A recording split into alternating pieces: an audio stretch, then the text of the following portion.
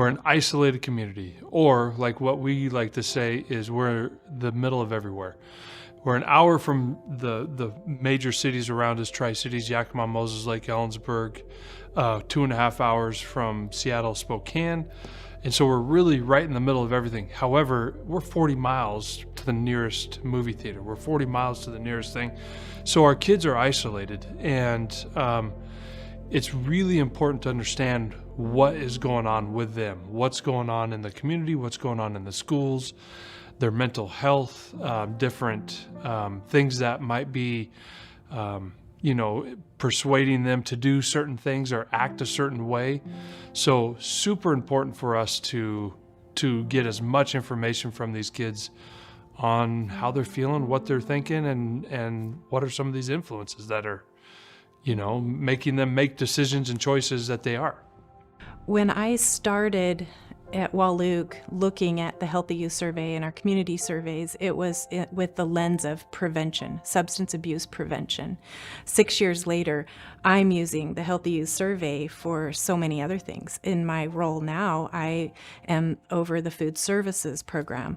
I am over mental health and nursing and safety and security. And so now I'm looking at, bullying and prevention, intimidation and harassment prevention, the different things that fall into my purview are all questions that we help identify amongst our students in the survey. And so well, this is an optional survey. You don't have to take it.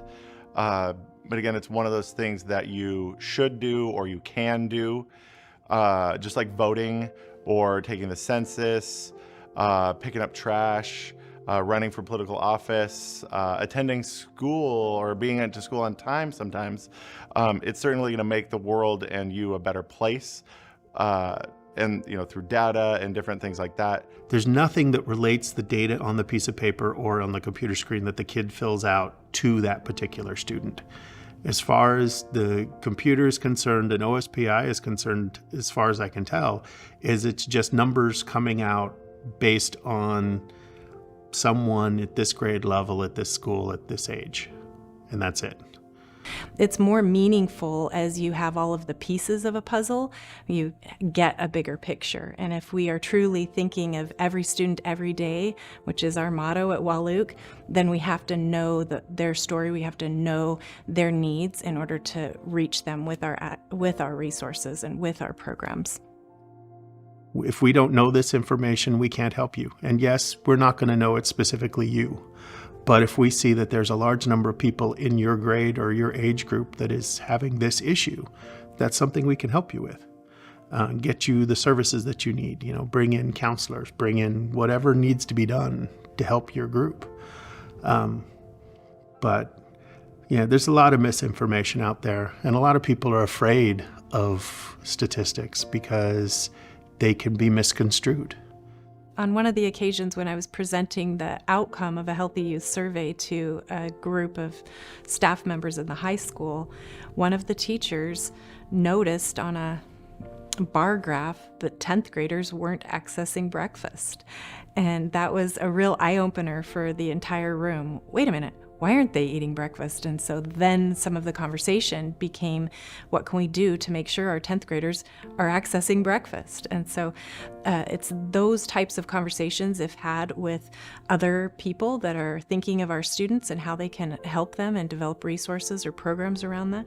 You start, breakfast after the bell, or a grab and go snack for these kids that sometimes leave home so early because we're rural to get to school that they're hungry again by a second or third period. So the data helps inform our community. We've had prevention nights here at Wahluke, and we invite parents and community members to come, and they basically learn about what's going on at our school that we need to prevent, whether that's gang violence, drug use, mental health. All those things are usually included. And the last prevention night we had, we included the Healthy Youth Survey data about vaping, and we informed parents of what vapes look like and all the different forms that they come in, and sometimes that there's marijuana in them, and this is what they can do, here's the steps. So that data really shows the parents like, hey, this is a real issue that our community is dealing with, and it's very common that they're getting it not from their parents or from, their friends. The data shows that they're getting it from their family members, their extended family, uncles, older siblings. That's what the data is showing. And so they know that it's in their life and in their kids' life, and that stems the conversation at home. There might be schools out there that have $1 bazillion. Our school district doesn't. We struggle to pass a bond, and so we rely heavily on grants to keep our doors open, but we also rely on grants to offer special programs. In the last few years, I've been able to use the Healthy Youth Survey to acquire the AWARE grant. The AWARE grant is an opportunity for our district to build some sustainability in school-based mental health services. We would never be able to have that if we couldn't show a need in our school district for mental health services. And so because of that, we were able to collaborate with a healthcare facility that literally hired a mental health therapist for our school and placed her here. That is a huge added value to the services that we're able to offer. So we have our school counseling team. Now we have 2 licensed mental health counselors that are able to service our kids and meet them where their needs are.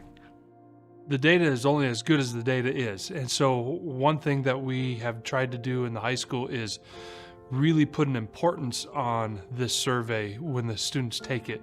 And so talking to them about what it is, talking to them about how important it is to be truthful on it and take it serious, because the information we get can be extremely helpful for not only them, but our entire community. And so I feel like we do a pretty good job, or the kids do a pretty good job of being honest and filling it out really well.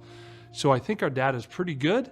I think it can get better. We're dealing with high school kids, but I think for the most part, a lot of our students are wanting help, and this is a way that they can reach out without having to necessarily say who it is that needs help, and so that's important.